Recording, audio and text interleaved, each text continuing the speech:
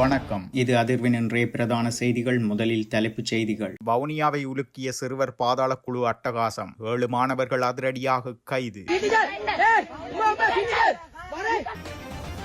படகில் சென்ற பேருந்து இயங்க முடியா நிலை. வர்ணம் பூசி அனலை தீவுக்கு வழங்கியதாக விசனம். மதில் சுவற்றில் மோதி நின்ற பேருந்து தடல்ல பகுதியில் கோர விபத்து. அடிப்படை வசதிகளின்றி இயங்கிய இல்லம். மனநலம் குன்றிய முதியவர்களுக்கு நேர்ந்த பரிதாப சம்பவத்தில் பணிப்பாளருக்கு நீதிமன்றம் பிறப்பித்துள்ள உத்தரவு. போதைப்பொருளுடன் கைது செய்யப்பட்ட 2 தந்திரமாக போலீஸ் சிறைக்கூண்டிலிருந்து தப்பியோட்டம். நாகர்கோவில் கிழக்கு காட்டுப்பகுதிக்குள் மீட்கப்பட்ட ஆபத்தான பொருட்கள். கொழும்பு துறைமுகத்தை வந்தடைந்த கப்பல் கடற்படை சேவையில் இணைத்துக் கொள்ளும் நிகழ்வில் கலந்து கொண்டார் ஜனாதிபதி அனுர. தாயக எழுச்சி பாடலால் எழுந்த சர்ச்சை. சுமந்திரனின் கோரிக்கை. நீங்கள் இவ்வாறு செய்யவில்லையா? அரசிடம் நாமல் கேள்வி. யாழ் பல்கலைக்கழக வெசாக்கூடு விவகாரம். கொழும்பிலிருந்து முன்வைக்கப்பட்ட குற்றச்சாட்டு. சமூக ஊடகங்களில் பெரும் அதிர்வலைகளை ஏற்படுத்திய வவுனியா சிறுவர் குழு தாக்குதல் சம்பவம் தொடர்பாக 7 மாணவர்களை இரட்டை பெரியகுளம் போலீசார் கைது செய்துள்ளனர். இந்த கொடூர தாக்குதலுக்குள்ளான 2 மாணவர்கள் படுகாயமடைந்த நிலையில் வவுனியா மருத்துவமனையில் அனுமதிக்கப்பட்டுள்ளனர். சமூக வலைதளங்களில் அண்மையில் அதிர்ச்சியூட்டும் காணொலி ஒன்று பரவலாக பகிரப்பட்டது. அதில் வவுனியா பகுதியை சேர்ந்த மாணவர்கள் சிலர் மற்றொரு தரப்பை சேர்ந்த 2 மாணவர்களை மனிதாபிமானமற்ற முறையில் மிக கொடூரமாக தாக்கும் காட்சிகள் பதிவாகியிருந்தன. இந்த சம்பவம் பொதுமக்களிடையே பெரும் அச்சத்தையும் ஆத்திரத்தையும் ஏற்படுத்தி இருந்தது. இந்த காணொலி தொடர்பாக தீவிர விசாரணைகளில் இறங்கிய இரட்டை பெரியகுளம் போலீசார் தாக்குதலில் ஈடுபட்ட வவுனியா இரட்டை பெரியகுளம் பகுதியை சேர்ந்த 7 மாணவர்களை கைது செய்தனர். கைது செய்யப்பட்ட சந்தேக நபர்கள் அனைவரும் 14 முதல் 17 வயதுக்குட்பட்ட சிறுவர்கள் என்பது குறிப்பிடத்தக்கது. இந்த கொடூர தாக்குதலுக்கு உள்ளாகி படுகாயமடைந்த 15 வயதுடைய 2 மாணவர்கள் தற்போது வவுனியா மாவட்ட பொது மருத்துவமனையில் அனுமதிக்கப்பட்டு சிகிச்சை பெற்று வருகின்றனர். கைது செய்யப்பட்ட 7 மாணவர்களும் நேற்றைய தினம் வவுனியா நீதவான் நீதிமன்றத்தில் ஆஜர்படுத்தப்பட்டனர். வழக்கை விசாரித்த நீதவான் சந்தேக நபர்களான 7 மாணவர்களையும் எதிர்வரும் ஜூன் மாதம் 10ஆம் தேதி வரை கிளிநொச்சி சாந்தசோலை சிறுவர் பராமரிப்பு இல்லத்தில் தடுத்து வைக்குமாறு உத்தரவிட்டுள்ளார். இந்த சம்பவம் குறித்து இரட்டை பெரியகுளம் போலீசார் மேலதிக விசாரணைகளை தொடர்ந்து மேற்கொண்டு வருகின்றனர். வவுனியாவில் சிறுவர்கள் மத்தியில் இத்தகைய பாதாள உலக பாணியிலான வன்முறை போக்கு அதிகரித்திருப்பது பெற்றோர்கள், சமூக ஆர்வலர்கள் மற்றும் கல்வியாளர்கள் மத்தியில் பெரும் கவலையை ஏற்படுத்தியுள்ளது.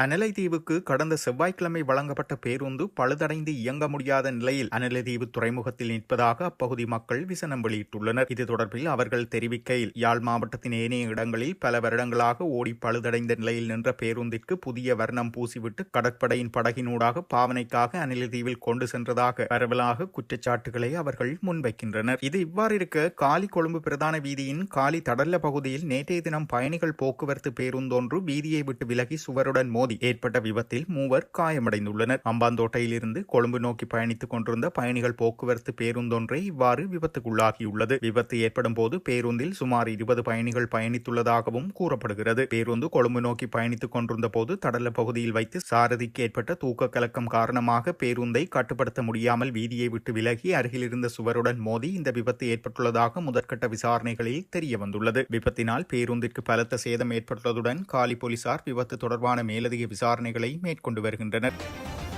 ஹொரணை படகொட பகுதியில் உள்ள முதியோர் இல்லத்தில் ஏற்பட்ட தீ விபத்து தொடர்பாக கைதான அதன் பணிப்பாளரை எதிர்வரும் 11ஆம் தேதி வரை விளக்கமறியலில் வைக்குமாறு உத்தரவிடப்பட்டுள்ளது. சந்தேக நபர் ஹொரணை நீதிவான் நீதிமன்றத்தில் நேற்று முன்னிலைப்படுத்திய போதே குறித்த உத்தரவு பிறப்பிக்கப்பட்டுள்ளது. இதேவேளை இடம்பெற்ற தீ விபத்தில் 12 பேர் உயிரிழந்துள்ளதாக போலீசார் உறுதிப்படுத்தியுள்ளனர். அத்துடன் 7 பேர் தொடர்ந்து வைத்தியசாலையில் சிகிச்சை பெற்று வருவதாகவும் கூறப்படுகிறது. இதேவேளை அவ்வில்லத்தில் மனநலக் குறைபாடுகள் கொண்ட பல்வேறு வயதுடைய பெண்கள் மற்றும் ஆண்கள் என சுமார் 72 பேர் இருந்தமை இதுவரை உறுதி செய்யப்பட்டுள்ளது. இதில் 51 பேர் முதியோர் இல்லத்திலிருந்து பாதுகாப்பாக மீட்கப்பட்டுள்ளதாகவும் போலீசார் கூறுகின்றனர். இவ்வாறான பின்னணியில் அப்பகுதி மக்களால் பல விமர்சனங்கள் முன்வைக்கப்பட்டு வருகின்றன. அவர்கள் தெரிவிக்கையில், இவர்கள் செய்வது என்னவென்றால், இயலாதவர்களை ஒரு பக்கமாக போட்டுவிட்டு ஓரளவுக்கு பேசவும் நடக்கவும் கூடியவர்களை வெளியே அழைத்து வந்து காணொளிகள் எடுத்து பேஸ்புக்கில் பதிவிட்டு பணம் சம்பாதிப்பதுதான். சம்பவம் நடக்கும் போது இந்த நிறுவனத்தின் நிர்வாகிகள் அங்கு இருக்கவில்லை. இந்த இடத்திலிருந்து சுமார் 100 மீட்டர் தொலைவில் உள்ள இருமாடி வீடு ஒன்றில் அவர்கள் தங்கியிருந்ததாக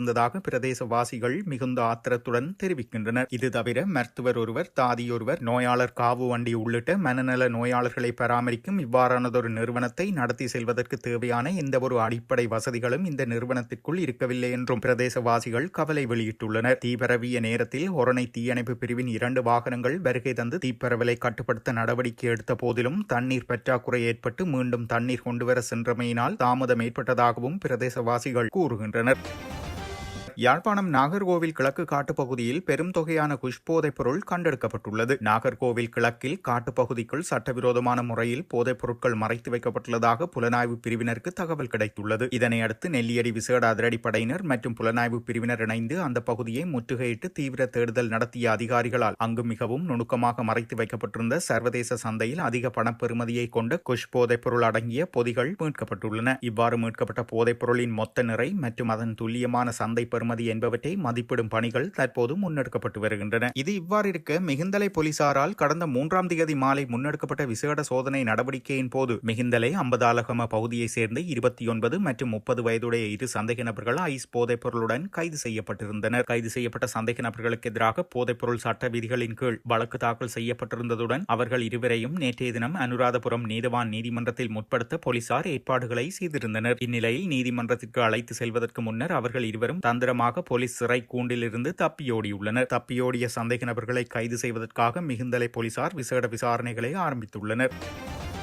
கொழும்பு துறைமுகத்தின் கிழக்கு முனைய வளாகத்தில் நேற்று பிற்பகல் நடைபெற்ற இலங்கை கடற்படையின் செயற்பாடுகளை விரிவுபடுத்துவதற்காக அமெரிக்க கடலோர பாதுகாப்பு திணைக்களத்தினால் இலங்கை கடற்படைக்கு வழங்கப்பட்ட ஆழ்கடல் கண்காணிப்பு கப்பலை சமுத்திர விஜய என்ற பெயரில் உத்தியோகபூர்வமாக கடற்படை சேவையில் இணைத்துக் கொள்ளும் நிகழ்வில் ஜனாதிபதி கலந்து கொண்டுள்ளார். இந்த கப்பலை இலங்கைக்கு வழங்குவதற்கு அமெரிக்க அரசாங்கம் எடுத்த முடிவு பாதுகாப்பான நிலையானதொரு கடல்சார் பிராந்தியத்தை கட்டியெழுப்புவதற்காக இரு நாடுகளுக்கும் இடையே நிலவும் நீண்டகால நட்புறவையும் ஒத்துழைப்பையும் பிரதிபலிப்பதாக அவர் குறிப்பிட்டுள்ளார். குறிப்பாக இலங்கையும் இப்பிராந்தியமும் எதிர்கொள்ளும் கடுமையான சவால்களான போதைப்பொருள் கடத்தல் மற்றும் ஏனைய சர்வதேச கடல்சார் குற்றங்களை ஒடுக்கும் செயற்பாடுகளுக்கு இக்கப்பல் மிகவும் முக்கியமானதொரு வளமாக அமையும் என்றும் சமுத்திர விஜய கப்பலில் கடற்படை கொடி ஏற்றப்படும் இந்த தருணத்தில் அதன் கட்டளை அதிகாரிக்கும் பணிப்பாளர்களுக்கும் எனது மனமார்ந்த வாழ்த்துக்களை தெரிவித்துக் கொள்கிறேன் என்றும் இக்கப்பல் இலங்கை கடற்படையின் பாரம்பரியங்களுக்கு அமைய எமது கடல்சார் இறையாண்மையை பாதுகாப்பதற்கும் மக்களின் பாதுகாப்பை உறுதி செய்வதற்கும் இந்து சமுத்திர பிராந்தியத்தில் அமைதியையும் ஸ்திரத்தன்மையையும் ஏற்படுத்துவதற்கு சிறந்த சேவையை ஆற்றும் என்றும் எதிர்பார்ப்பதாகவும் அவர் தெரிவித்திருந்தார்.